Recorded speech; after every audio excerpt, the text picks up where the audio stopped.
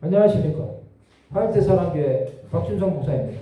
오늘은 로마서 3장 19절에서 31절의 말씀을 가지고 믿음으로 의롭다 하심이라는 제목으로 하나님의 말씀을 나누고자 합니다.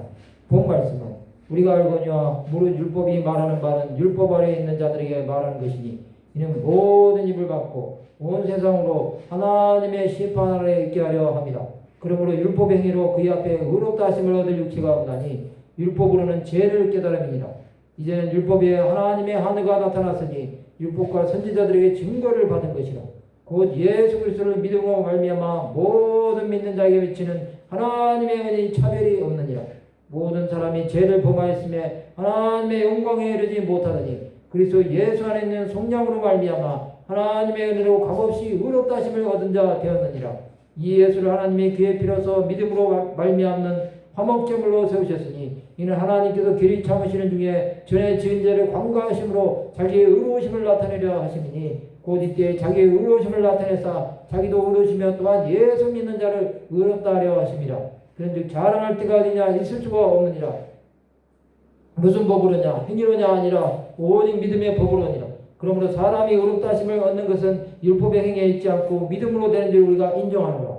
하나님은 다만 유대인의 하나님이시냐 또한 이방인의 하나님은 아니시냐 진실로 이방인의 하나님도 되시느니라. 할례자도 믿음으로 말미암아 또한 무할례자도 믿음으로 말미암아 의롭다 하신 하나님은 한 분이시니라. 그런데 우리가 믿음으로 말미암아 율법을 파괴하느냐 그럴 수 없느니라. 도리어 율법을 굳게 세우느니라. 성경은 구약과 신약으로 나누어져 있습니다. 그 중에서 구약은 율법서 창세기부터 신명기까지가 말씀의 기준이 된다면 신약은 복음서와 서신서가 중심축이 된다고 볼 수 있습니다. 특히 로마서는 기독교의 복음의 진수로 교리에 대해 자세히 설명하고 있습니다. 1장에서 11장은 기독교 교리에 대해서 12장에서 16장은 구원받은 자들의 생활에 대한 부분으로 나눌 수 있습니다. 로마서 3장은 칭의에 대한 말씀입니다. 칭의는 예수 그리스도를 믿음으로 의롭다고 인쳐주시는 것입니다. 이러한 배경에서 오늘은 믿음으로 의롭다 하시는 하나님의 뜻과 그것을 통한 하나님의 교훈은 무엇인지 알아보는 시간을 가지고자 합니다. 먼저 믿음으로 의롭다고 하시는 하나님의 뜻은 첫 번째 율법으로는 죄를 깨닫습니다. 로마서 3장 19절에서 20절에 보시면 우리가 알거니와 무릇 율법이 말하는 바는 율법 아래에 있는 자들에게 말하는 것이니 이는 모든 입을 막고 온 세상으로 하나님의 심판 아래에 있게 하려 함이라. 그러므로 율법 행위로 그의 앞에 의롭다 하심을 얻을 육체가 없나니 율법으로는 죄를 깨달음이니라 말씀하고 있습니다. 율법은 모세로부터 시작되었습니다. 율법의 기원은 이스라엘 백성의 족장시대가 끝나고 이스라엘 백성들이 애굽에서 강성하여지자 바로 왕은 이스라엘 백성을 탄압하여 430년간 노예 생활을 하게 됩니다. 그때 요셉을 알지 못하는 왕을 통해 이스라엘의 아들이 태어나면 죽이고 딸은 살리라는 지시를 이브리 상파 시프라와 부하가 듣지만 그들은 하나님을 두려워하여 그들을 아들을 살리자 바로는 아들이 태어나거든 날강에 던지고 딸은 살리라고 합니다. 이때 네족 중에 아므람과 요게벳이라는 부모를 통해 모세가 태어나고 석 달 동안 숨기다가 결국 날강에 갈대 상자에 아이를 넣어 던지게 되고 바로의 공주의 눈에 발견되어 양자로 입양됩니다. 모세는 애굽의 모든 학문을 배워 왕의 수업을 받지만 애굽인을 죽여 살인자가 되어 미디안 광야로 도피하여 미디안 족장의 딸 시포라와 결혼하여 40년을 양치는 목동으로 지냅니다. 그러다가 하나님의 부르심을 받고 이스라엘 백성을 바로의 손에서 430년이 차는 날 10가지의 재앙을 통해 홍해를 건너 광야로 인도하는 데 쓰임 받습니다.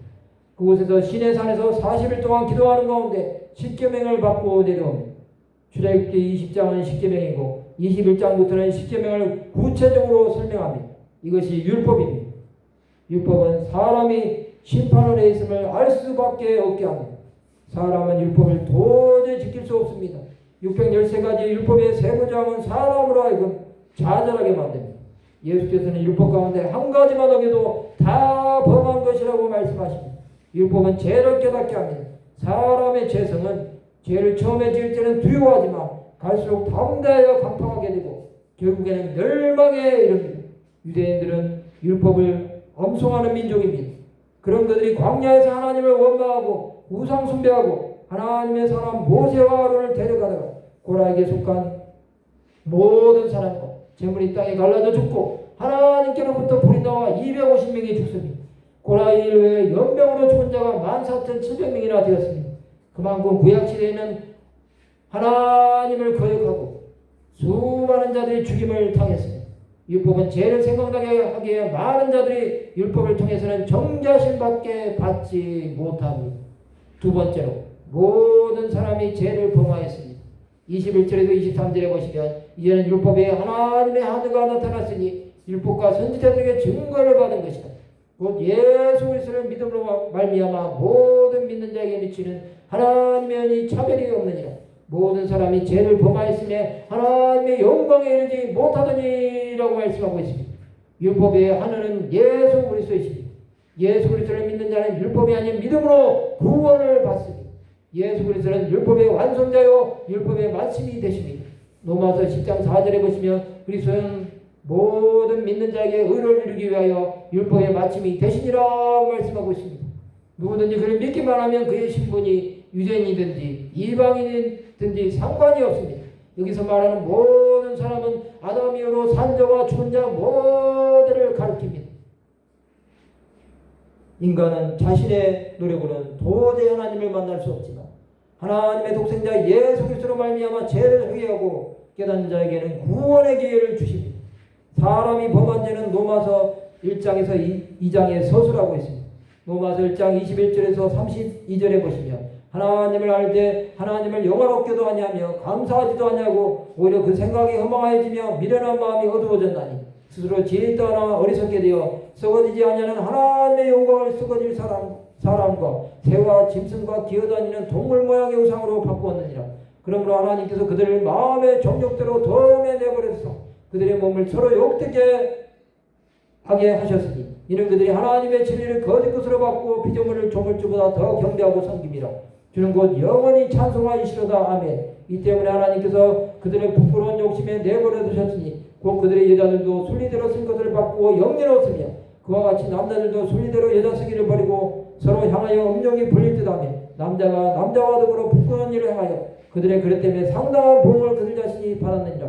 또한 그들이 마음에 하나님 두기를 싫어하며 하나님께서 그들을 그 상실한 마음대로 내버려두사 합당하지 못한 일을 하게 하셨으니 곧 모든 불의, 추악, 탐욕, 악의가 가득한 자요 시기, 살인, 분쟁, 사기, 악독이 가득한 자요 수군수군하는 자요 비방하는 자요 하나님께서 미워하시는 자요 능욕하는 자요 교만한 자요 자랑하는 자요 악을 도모하는 자요 부모를 거역하는 자요 우매한 자요 배악하는 자요 무정한 자요 무자비한 자라. 그들이 이 같은 일을 행하는 자는 사형에 해당한다고 하나님께서 정하심을 알고도 자기들만 행할 뿐 아니라 또한 그런 일을 행하는 자들을 옳다 하느니라 말씀하고 있습니다. 로마서 2장 1절에서 8절에 보시면 그러므로 남을 판단하는 사람아 누구를 막론하고 내가 핑계하지 못할 것은 남을 판단하는 것으로 내가 너를 정죄함이니 판단하는 내가 같은 일을 행함이니라. 이런 일을 행하는 자에게 하나님의 심판이 진리대로 되는 줄 우리가 아노라. 이런 일을 행하는 자를 판단하고도 같은 일을 행하는 사람아 내가 하나님의 심판을 피할 줄로 생각하느냐. 혹 내가 하나님의 인자하심이 너를 인도하여 회개하게 하심을 알지 못하여 그의 인자하심과 용납하심과 길이 참으심이 풍성함을 멸시하느냐. 다만 내 고집과 회개하지 아니한 마음을 따라 진노의 날 곧 하나님의 의로우신 심판이 나타나는 그날에 이 말 진노를 내게 쏟는도다. 하나님께서 각 사람에게 그 행한 대로 보응하시되 참고 선을 행하여 영광과 존귀와 썩지 아니함을 구하는 자에게는 영생으로 하시고 오직 당을 지어 진리를 따르지 아니하고 불의를 따르는 자에게는 진노와 분노로 하시리라고 말씀하고 있습니다. 의인은 없나니 하나도 없다고 사도 바울은 선포합니다. 로마서 3장 9절에서 18절에 보시면 그러면 어떠하냐 우리는 나하냐 결코 아니라 유대인이나 헬라인이나 다 제하려 했다고 우리가 이미 선언하였느니라. 기록된 바 의인은 없나니 하나도 없으며 깨닫는 자도 없고 하나님을 찾는 자도 없고 다 치우쳐 함께 무익하게 되고 선을 행하는 자는 없나니 하나도 없다. 그들의 목구멍은 열린 무덤이요 그 혀로는 속임을 일삼으며 그 입술에는 독사의 독이 있고 그 입에는 저주와 악독이 가득하고 그 발은 피 흘리는 데 빠른지라. 파멸과 고생이 그 길에 있어 평강의 길을 알지 못하였고 그들의 눈앞에 하나님을 두려워함이 없느니라 함과 같으니라 말씀하고 있습니다. 세 번째로 하나님의 은혜로 값없이 의롭다 하심을 얻습니다. 24절에서 26절에 보시면 그리스도 예수 안에 있는 속량으로 말미암아 하나님의 은혜로 값없이 의롭다 하심을 얻은 자가 되었느니라. 이 예수를 하나님의 귀에 빌어서 믿음으로 말미암는 화목제물로 세우셨으니 이는 하나님께서 길이 참으시는 중에 전에 지은 자를 감가하심으로 자기 의로우심을 나타내려 하심이니 곧 이때 자기 의로우심을 나타내서 자기도 의로우시며 또한 예수 믿는 자를 의롭다 하려 하심이라고 말씀하고 있습니다. 우리는 하나님의 은혜로 값없이 의롭다 하심을 얻었지만 이것은 예수 그리스도의 십자가에 속량하심이 없었다면 불가능한 사건입니다. 하나님은 사람의 타락 후 예수 그리스도를 보내신 것을 예정하고 계셨습니다. 구약에서 예수 그리스도는 살레망 멜기세덱의 모습으로 아브라함을 축복하십니다. 삼손의 부모에게는 기묘자로, 이사야에서는 기묘자요 모사요 전능하신 아버지 평강의 왕 임마누엘로, 에스겔에서는 여호와 삼마 등 수많은 이름으로 자신을 예표하고 있습니다. 예수 그리스도에 보이는 많은 영혼을 살리는 화목제물이 되셨고 이제는 염소와 송아지의 피가 아니라 어린 양 예수 그리스도의 이름으로 담대하게 하나님의 은혜의 보좌 앞에 나갈 수 있게 새롭고 상기를 열어주셨습니다. 히브리서 9장 12절에서 14절에 보시면 염소와 송아지의 피로 하지 아니하고 오직 자기의 피로 영원한 속죄를 이루사 단번에 성소에 들어가셨느니 염소와 황소의 피하 및 암송아지의 죄를 부정한 자에게 부려 그 육체를 정결하게 하여 거룩하게 하거든 하물며 영원하신 성령으로 말미암아 흠없는 자기를 하나님께 드린 그리스도의 피가 어찌 내 영심을 죽은 행실에서 깨끗하게 하고 살아계신 하나님을 섬기게 하지 못하겠느냐라고 말씀하고 있습니다. 이번에서 4장 14절에서 16절에 보시면 그러므로 우리에게 큰 대제사장이 계시니 승천하신 이고 하나님의 아들 예수시라. 우리가 믿는 도리를 굳게 잡을지어다. 우리에게 있는 대제사장은 우리의 연약함을 동정하지 못하시리가 아니요 모든 일에 우리가 똑같이 시험을 받으신 이로되 죄는 없으시니라. 그러므로 우리는 긍휼하심을 받고 때를 따라 돕는 은혜를 얻기 위하여 은혜의 보좌 앞에 담대히 나아갈 것이니라 말씀하고 있습니다. 히브리서 10장 19절에서 20절에 보시면 그러므로 형제들아 우리가 예수의 피를 힘입어 성소에 들어갈 담력을 얻었나니 그 길은 우리를 위하여 휘장 가운데로 열어놓으신 새로운 살 길이요 휘장은 곧 그의 육체니라고 말씀하고 있습니다. 우리는 예수 그리스도의 피 흘림으로 사함을 얻었습니다. 히브리서 10장 22절에 보시면 율법을 따라 거의 모든 물건이 필요해서 정결하게 되나니 피 흘림이 없은즉 사함이 없느니라 말씀하고 있습니다. 그러면 그것을 통한 하나님의 교훈은 무엇입니까? 첫 번째로 사람이 의롭다함을 얻는 것은 믿음으로 됩니다. 27절에서 29절에 보시면 그런즉 자랑할 때가 어디냐 있을 수가 없느니라. 무슨 법으로냐 행위로냐 아니라 오직 믿음의 법으로니라. 그러므로 사람이 의롭다 하심을 얻는 것은 율법에 행위에 있지 않고 믿음으로 되는 줄 우리가 인정하노라. 하나님은 다만 유대인의 하나님이시냐 또한 이방인의 하나님은 아니시냐 진실로 이방인의 하나님도 되시느니라 말씀하고 있습니다. 사람은 죄인이지만 믿음으로 의롭다고 인쳐주십니다. 믿음은 예수 그리스도를 나의 주 나의 하나님으로 영접하는 순간 성령께서 우리 영혼에 들어오셔서 하나님의 나라에 가는 순간까지 우리와 동행해 주십니다. 우리는 다만 예수 그리스도를 모셔드렸지만 이후의 삶을 하나님께서 어디로 가든지 우리를 인도하시어 하나님의 뜻대로 살게 하십니다. 하나님의 유대인과 이방인 모두의 하나님이 되시기에 그를 시인하는 모든 영혼들의 아버지가 되시고 언제 어디서나 불꽃 같은 눈동자로 지켜주시고 우리가 우로나 좌로 치우치지 않게 붙들어 주십니다. 바울은 이방인의 사도 이방인의 구원을 위해 자신의 삶을 드렸습니다. 그는 오직 의인은 믿음으로 말미암아 살리라고 선포합니다.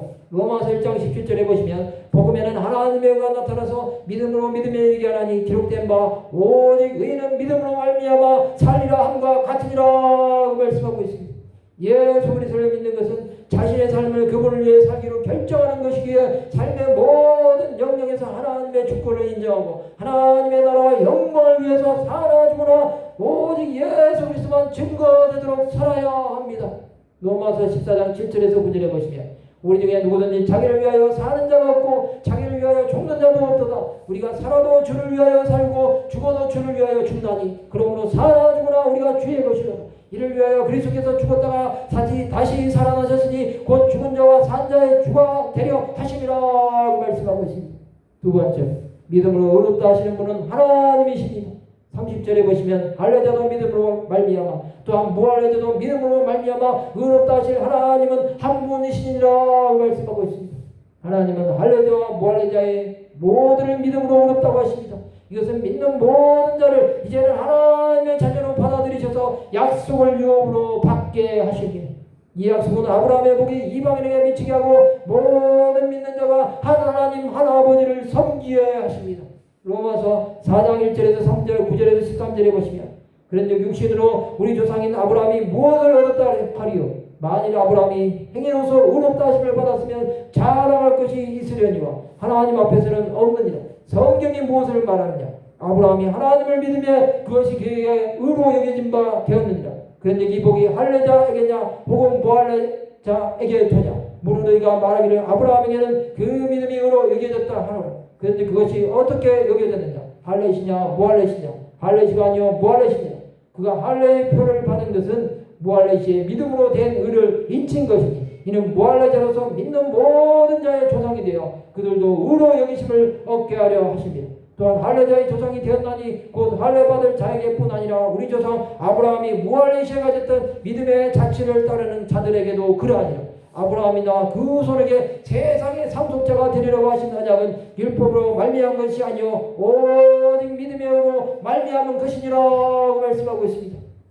또한 양자의 영을 받아 하나님을 아빠 아버지라고 부르게 하십니다. 또한 성령이 우리가 하나님의 자녀인 것을 증언해 주십니다. 로마서 8장 15절에서 17절에 보시면 너희는 다시 무서워하는 종의 영을 받지 아니하고 양자의 영을 받았으므로 우리가 아빠 아버지라고 부르짖느니라. 성령이 친히 우리 영과 더불어 우리가 하나님의 자녀인 것을 증언하시나니 자녀이면 또한 상속자 곧 하나님의 상속자여 그리스도와 함께한 상속자니 우리가 그와 함께 영광을 받기 위하여 고난도 함께 받아야 할 것이니라 그 말씀하고 있습니다.